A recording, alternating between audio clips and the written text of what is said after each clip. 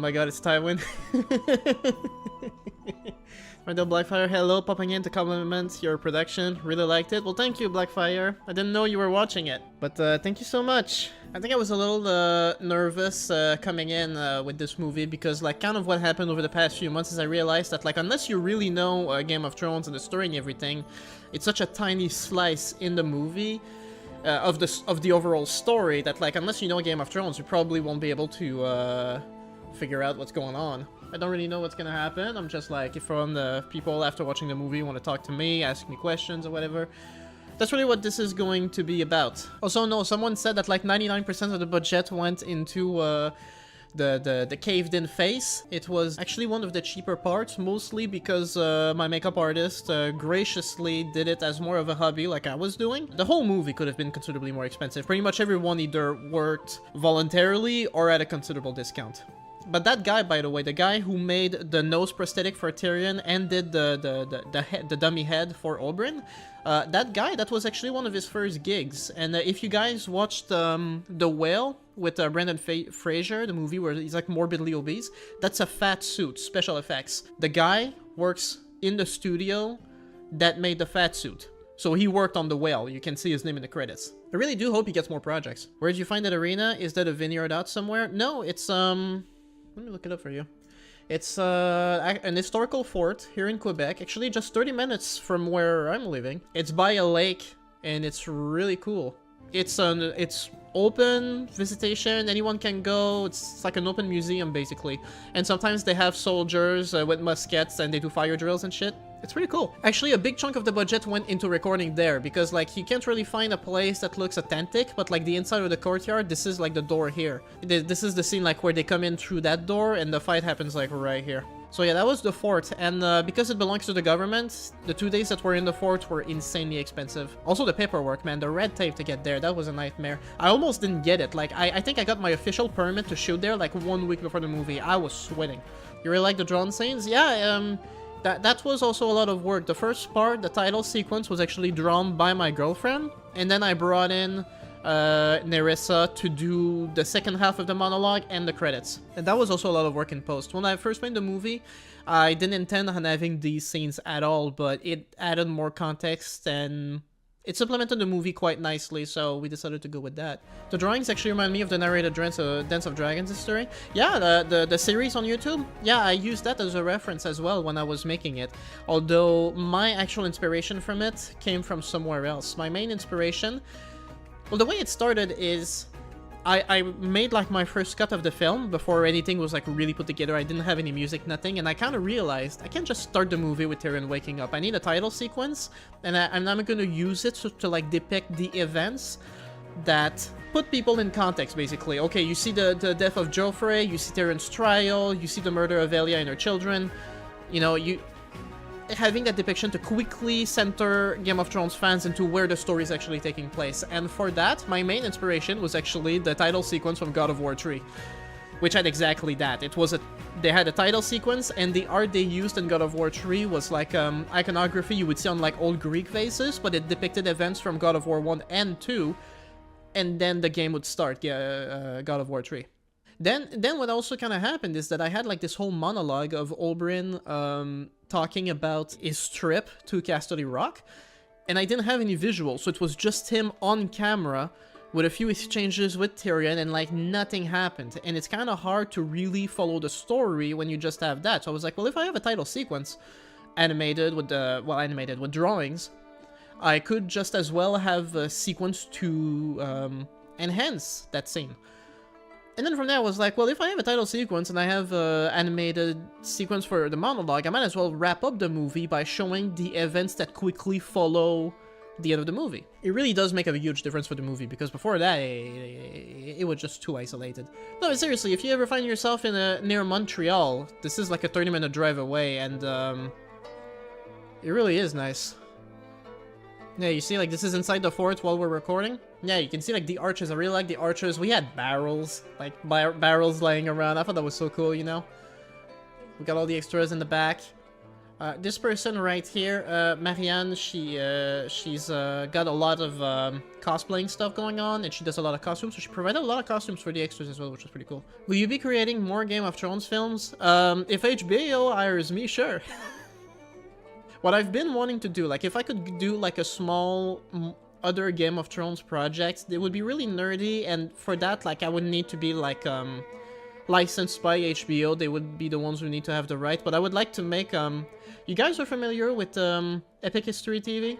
They're like this YouTube channel that make a lot of documentaries, but it's all like battle deployments, overlook. It's like what you watch when you feel like playing Total War, basically. It's what gets you to want to play Total War. What I would like to do, if I could, I would like to do an Epic Fantasy TV, and then with HBO, make all the campaigns from Game of Thrones, the books, ideally. I don't want to deal with the show, but from the books, and like the War of the Five Kings, Aegon's Conquest, the wars in Dorne where the Targaryens actually lost, stuff like that. I would totally do that.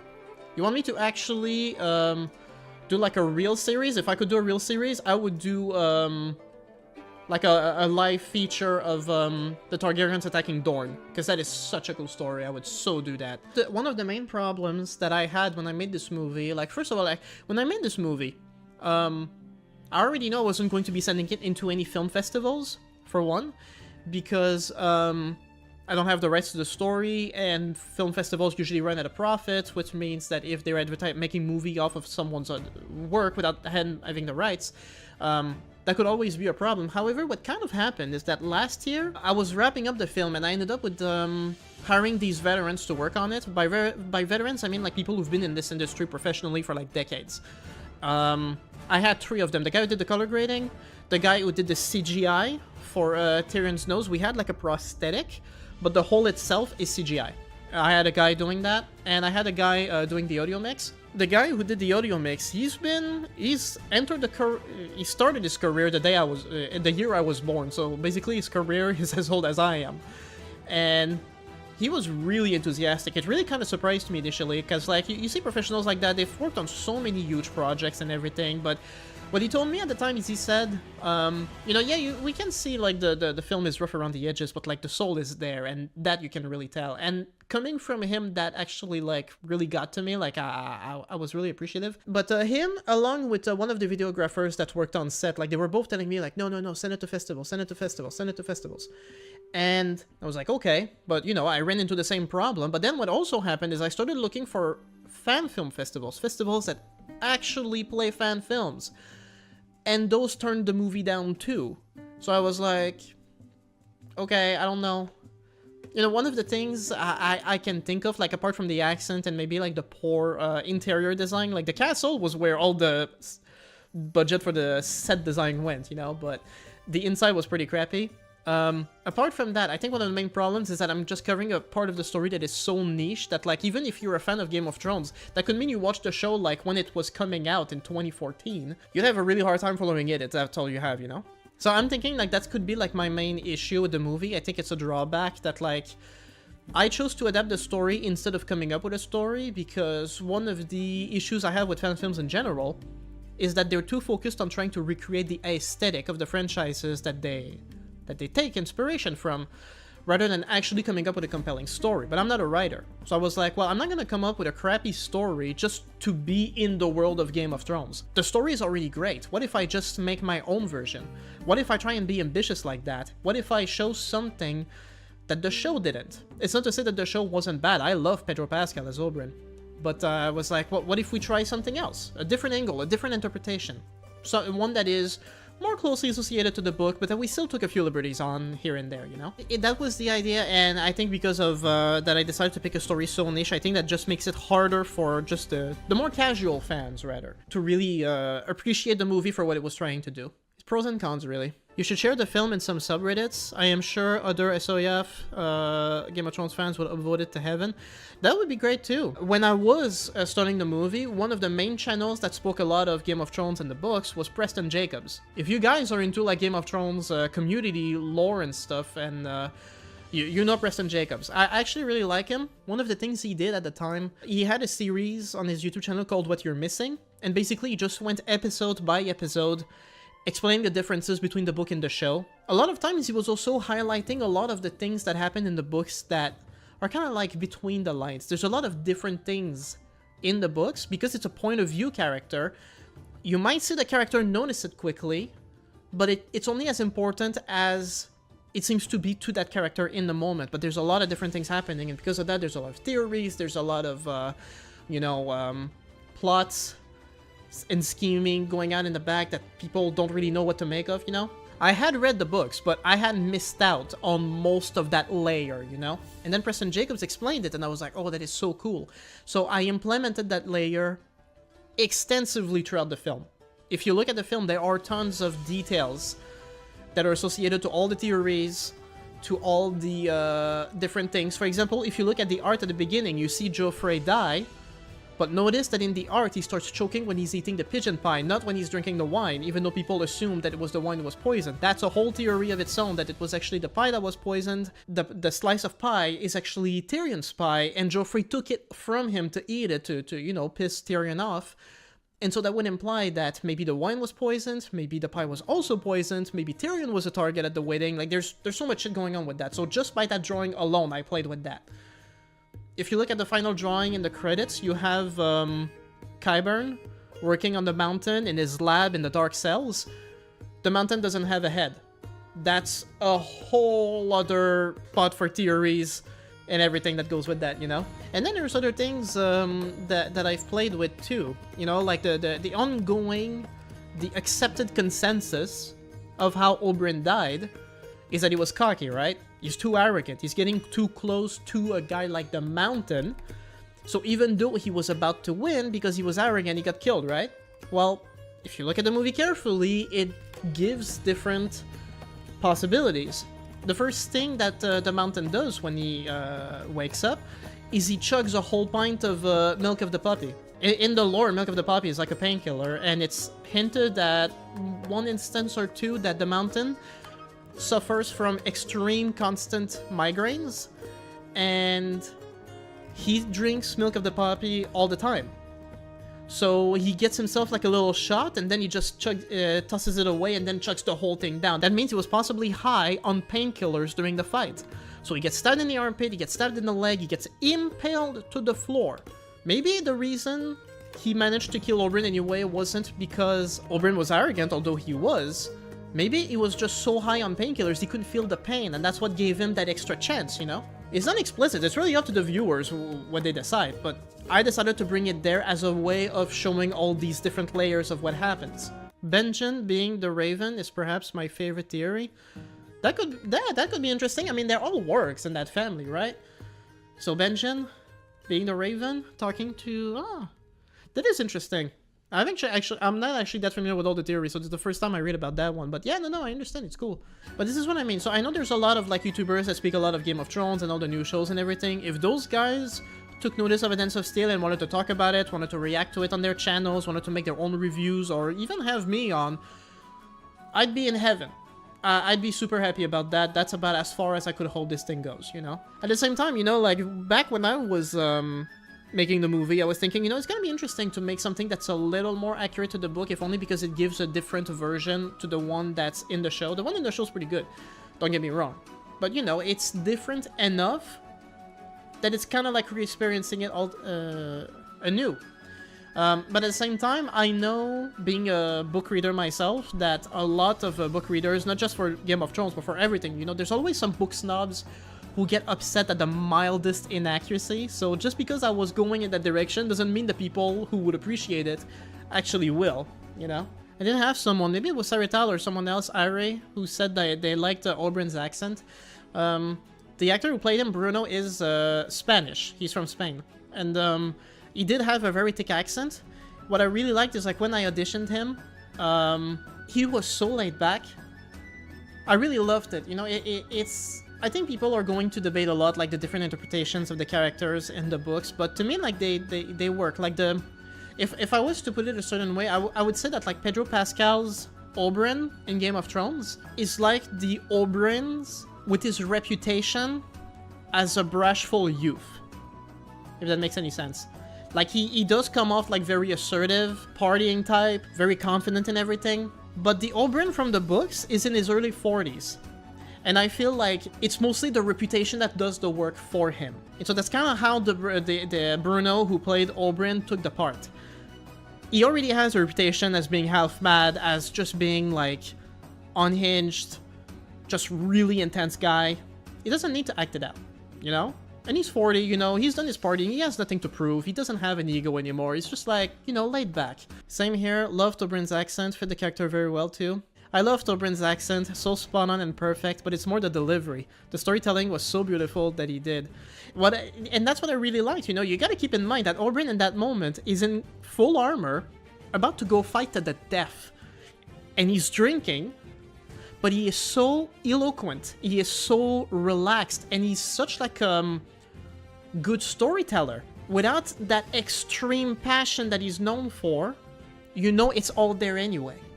And he's just so laid back about it, and his accent, to me, it kind of gave me a...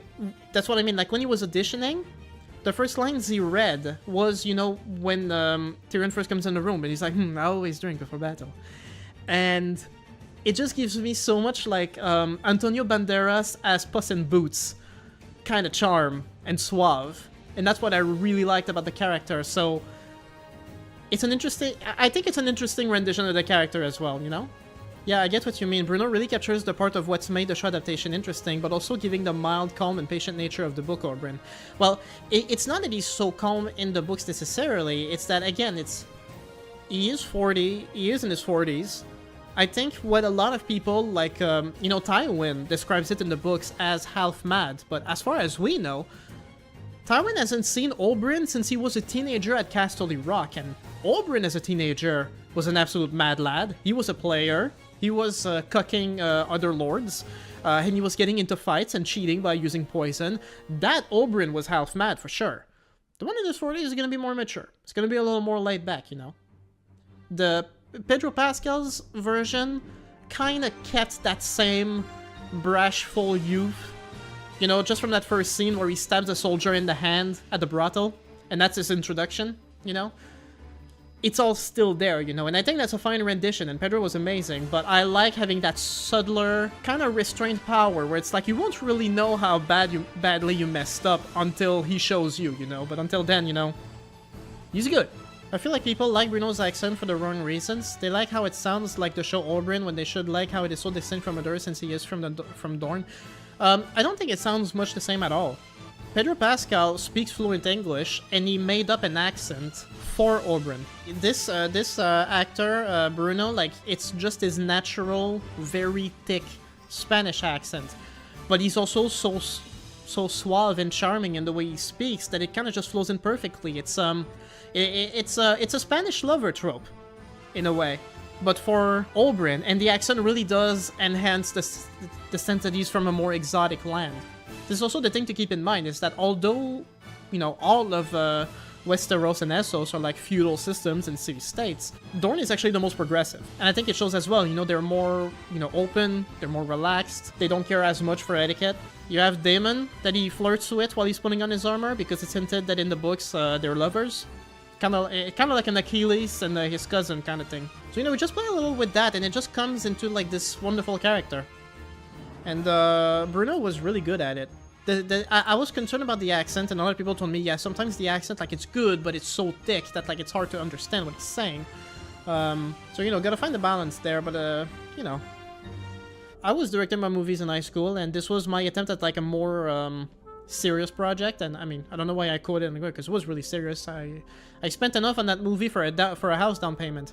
With YouTube and with the course of my life changing quite drastically in the past few years since I moved in with my girlfriend, you know, when I made that movie, like, I was like, when I shot the movie, the main scenes, like everything, that was in 2019, 6 years ago. You know, at the time I was like this ambitious, hungry, aspiring director. Now I'm just like, honestly, if I could just afford a home,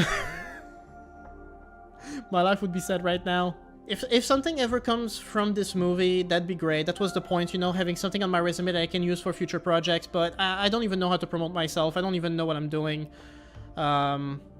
If somehow this reached a production company or someone who's got a script and the money to make it happen and they just need a director or editor, because I also edited it naturally. That'd be fantastic, you know? But I feel like now that the movie's out, I will likely just keep doing my YouTube thing and hope that still works, you know?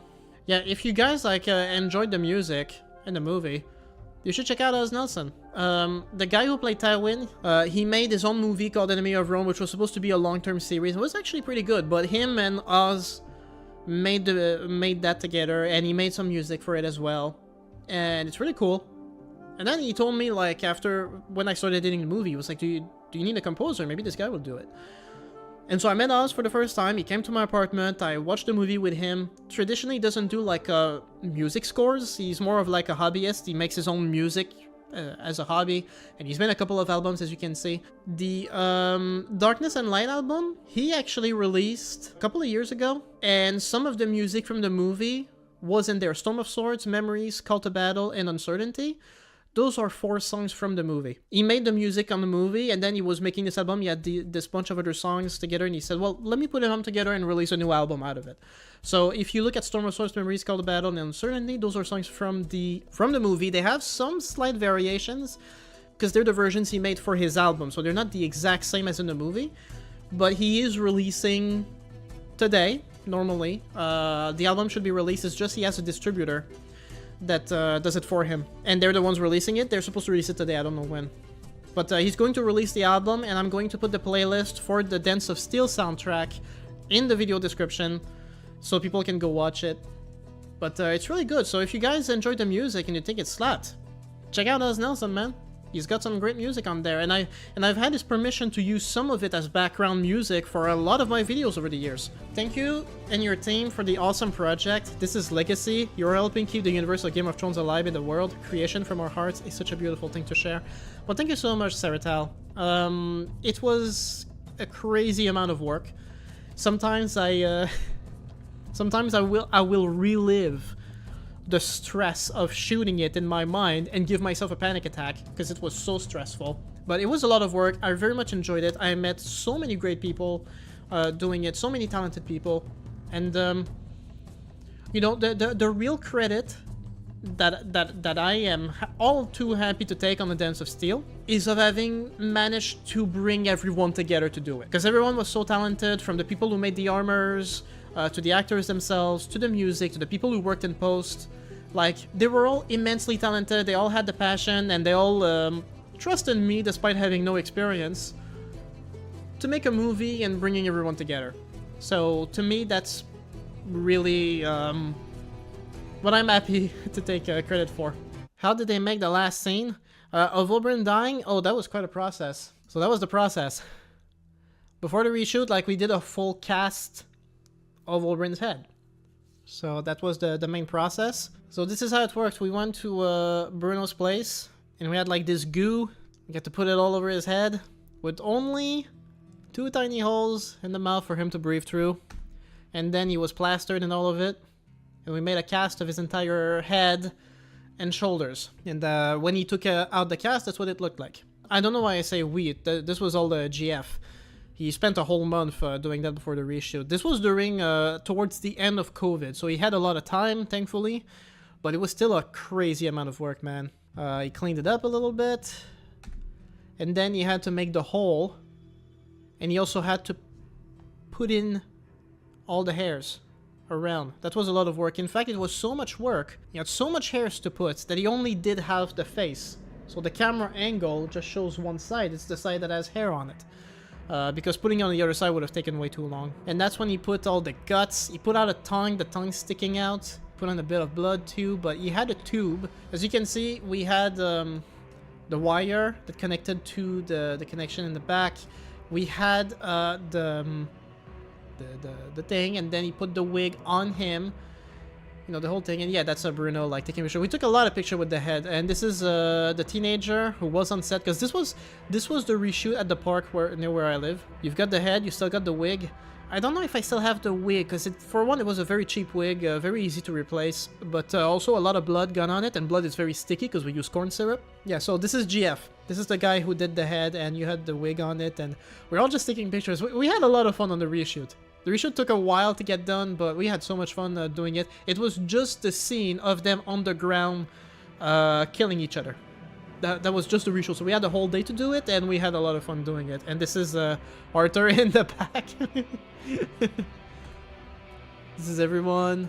Well, like I said, we took a whole bunch of pictures. Yeah, the teenager punching in the face. And this is Arthur here. We did actually impale him to the ground. He had to go to the hospital afterwards. He took it like a champ for the whole day. That was pretty good. Bruce Campbell had so much cornstarch on his shirt that it could stand on its own.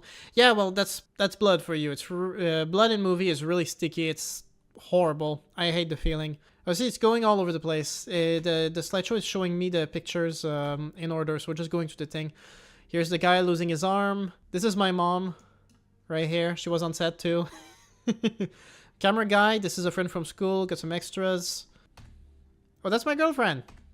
And here's the bucket of blood from when we had the decapitation on the set. The main problem with the blood is that when you make it for squirting, it has to be way more liquid. And Jeff just made me realistic blood. So when we ended up doing the squirt, it got too thick and stuck in the wires and we couldn't do it. So the blood you see squirting in the movie is VFX.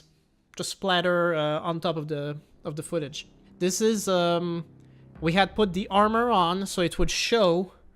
We had like the whole thing. We put the wig, and in the I was holding the camera, and this guy, he was holding the stick that held the whole thing together, and he kind of just like leaned as Oberyn was falling to his death. Well, he was already dead when he fell off, but you get what I mean. And for the blood itself, the scene of Gregor punching through and the blood splattering all over him, that was a foam head that had a bit of a hole in it, and in that hole was a bunch of condoms filled with blood, and the thin kind, the thinnest kind, that breaks easily. Gregor, he was holding in his hand a tiny pair of scissors, like a poke. Just for to be safe. So we had the head on a stick, it had the wig, and he just punched the condoms, and it just splattered all over him, and that's how we did it done. I was pretty happy about having like the whole face caved in. Like I said, that head did not even exist when we did the first shoot. The first shoot just had like the angle that you see the back of Oberyn's head, and that was gonna finish there. But because we were doing a reshoot just for that scene, I said, well, we might as well do more, try and do as much as we can. So I talked to Jeff and I said like, hey, listen, how about like we have a full head? I have no idea how difficult that is to make. I have no idea how expensive it is to make. What do you think? He was down. He said, yeah, no, let's do it. You know, it says like, keep in mind, these are going to be your restrictions. This is what we have to do. The one thing that was exceedingly difficult was the nose in post. Tyrion's nose. This was in progress, but like it gave him like that kind of like scarification on the lip, and it went like above the eye, kind of how it is in the books, really. But obviously we couldn't do the nose. So what we ended up having to do is paint the tip of the nose green, and then we just left it at that, you know, like it's green screen, put whatever you want on top. After talking to the guy who actually did the CGI, he said that this is like the worst thing you can do. He says like, you're better off just leaving it alone. Because I mean, we didn't know any better. But the CGI, like he had to create a 3D model of the nose, and then put it in, and then make it follow. And the most difficult thing, like he told me, is that sometimes like the actor will be like fully profiled, right? So if his nose is here and there's a wall behind him, he needs to erase the nose and recreate the wall behind. So you can kind of understand from there that like the logistics of doing that in HBO's Game of Thrones with Peter Dinklage, forget about it, man. That would have been way too hard. And they're dealing with different lighting, a lot more camera angles. That would have been so much work. No way they could do it. What Jeff, the makeup guy, told me when I first spoke to him over the phone, he said, listen, he says, you got two options. He says, I can do what we ended up doing. I can do you a prosthetic that does the surrounding of the nose, and then I paint the nose green, and you figure it out in post. He says, the other alternative is I make a much bigger nose for the whole face that I cut off the tip. That's what you go with. He says, the problem is, to make it look convincing, it's going to take 6 hours to apply before you start shooting. So you start shooting at 8. They have to start applying makeup at 2 in the morning. Forget it. Way too much. And we didn't have the hours at the fort. We couldn't show up to the fort that early. So that's what we ended up going with. And yeah, we ended up finding a guy who's a veteran in that industry also, who made the nose. and that took a while. He was at it full-time for over a month, and there was only like not even 100 shots in total. Got any more films in the works? Not like that, no. That was so expensive to make. Basically all my savings went in there. I'm wondering if I shouldn't just like start like a GoFundMe or something just to recover financially from making this movie, you know? I mean, I'm not like broke or anything, like I can pay my bills, no problem. I can't afford a new PC, which is the one thing I need these days. The one thing I've told everyone when I was working on Dance of Steel is I told everybody, I said like, I don't want to make another movie like this again unless I can actually pay people adequately. By which I mean a lot of people were not paid for their prep time, a lot of people were not even paid a decent salary during the day. Most of the money I spent was symbolic. It was about saying like you're not, at least you're not spending your own money on it, you know? Like you came on set, there was food, I had like my mom came in and she handled the whole catering. We basically had a feast inside the castle, inside the fort. We had like the whole buffet. It was crazy, it was great. And then, you know, people were compensated to the best I could, but also means that people were also severely underpaid. Most people were, if they were not working voluntarily altogether. I'm pretty sure I could have spent 3 to 4 times as much on a movie if I was paying people fairly. And so if I'm trying to make another movie like that and pay people fairly, YouTube would have to be a massive hit. Wasn't there this big YouTuber recently that released a movie? I don't know the YouTuber, I don't know the movie he made, but he's one of the YouTubers making millions of dollars, and he just made his own movie, cutting through the red tape of having to go with the distributors, of having to deal with the production companies, just used his own money, funded it from the ground up, and he just did something with that. That's my fantasy. If Terry Duke could make a crap ton of money, and I was as rich as these people, yeah, exactly, Aaron Long from Markiplier. If I had that kind of luxury, then I would be making these kinds of movies. And then if you ask me what kind of movies I would like to do, what would be like my ultimate fantasy right now, I would like to make an XCOM movie. That'd be my next one, like an actual, like try and do a decent adaptation of XCOM. It's one of my favorite games, and I think it'd be interesting to adapt. Video game adaptations are getting better and better now. People are starting to understand how to make a good adaptation, unlike way before. Original 90s XCOM or modern XCOM? Modern. Although it would definitely be my own twist on it for sure. I like the idea of like portraying the story as like an arms race. I also like the idea of portraying the alien invasion as like colonization. You know, it's about going all in, you know, like that's the fun of it. And if you have like the people capable of doing it with you, at the same time, I mean, like that guy who did the CGI for Tyrion, that guy is actually a veteran who worked on some of the biggest movies you can imagine. He worked on the Marvel movies, a bunch of Marvel movies. He worked on Thor. He worked on a bunch of big sci-fi projects. I think one of his first projects was like Armageddon by Michael Bay. He worked on that. Like, he did a bunch of crazy shit. He can basically do anything you ask him to do. He can work a lot of magic. However, I did my whole movie without knowing who he was. I make a new movie, and I have some special effects in mind. I can consult him and tell him, hey, what is it that you're going to need? What do I need to take into account if you're going to be trying to do these things, you know? Which, if anything, brings back a bit more humanity in post-production, because a lot of producers these days, they just don't give a shit. They shoot everything on a green screen, change idea midway through, and say, we'll fix it in post. And then people like him who work in post eventually have to leave because the crunch culture is so intense that it's for their own health. I had a teacher in film school who also did a lot of post-production work in Hollywood, and it was the same thing for him. He says it's so dehumanizing. The crunch culture is so insane that, like, you know, their work's not really being appreciated. They're slaving away and being completely disrespected. But, you know, now I know everybody. You know, I have a crew, I have a cast, and the one thing that's really nice for me is that, I mean, the people that I have asked, I didn't ask everybody, but everyone who I talked about it with, they all told me they really enjoyed working with me, they really enjoyed working on my set, and they would work with me on another project if I had one. Which is really nice, you know? This is one of the other things I was really concerned about. People didn't really know me, and they were already taking a big leap of faith trying to make this movie with me. So the fact that they had a good experience and they're willing to work with me again, that's really good for me. It's been a long time since CGI wowed me. It really plateaued. I mean, this is the thing that we have to understand also. Like, it's one of those things that's like, you can't really do anything more with that. I think like the last full-on CGI movie that I've seen that was absolutely amazing looking was the Warcraft movie in 2016. But you want to ask me, like, what's the best CGI that I've seen? It would probably be, what's his name? Daisy Jones? The villain in Pirates of the Caribbean 2 with the octopus head. The CGI in Pirates of the Caribbean 2 was peak CGI. That movie came out in 2006. It's 20 years old. That movie is some of the best CGI I've ever seen, and it's 20 years old. Like, realistically, there's only so much you can do, right? All the Marvel movies today look like shit compared to this. They've so overused it. They are so reliant on it, and it looks like crap sometimes. But to me, like, this was... Dead Man's Chest is probably the best CGI I've ever seen. The CGI from 2006 should be more doable today for much cheaper. It should be more accessible. More people should be able to do it at lower budgets. And instead, things just got even more expensive and somehow they look worse. Bill Nighy's performance works so well with his CGI. Tell me about it. Like his expressions, like when you see him, like he's mad and he's like, oh shit, you know, like he's got a jar of dirt.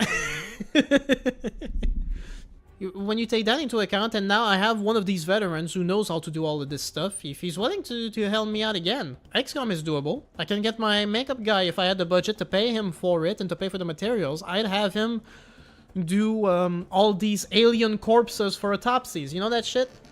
That'd be amazing.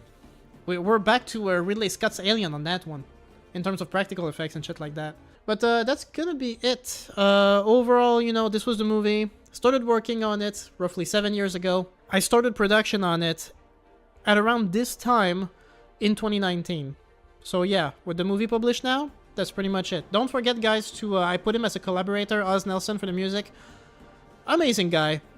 It was really fun to work with, getting to create my own soundtrack, and we really collaborated very close on it. It was so cool. Nerissa, who did the thumbnail. I'm really hating YouTube right now because of the compression. It looks like shit, but it's a great thumbnail. Okay, one last thing. Let's appreciate the effort here. I mean, look at this. Look how awesome that is.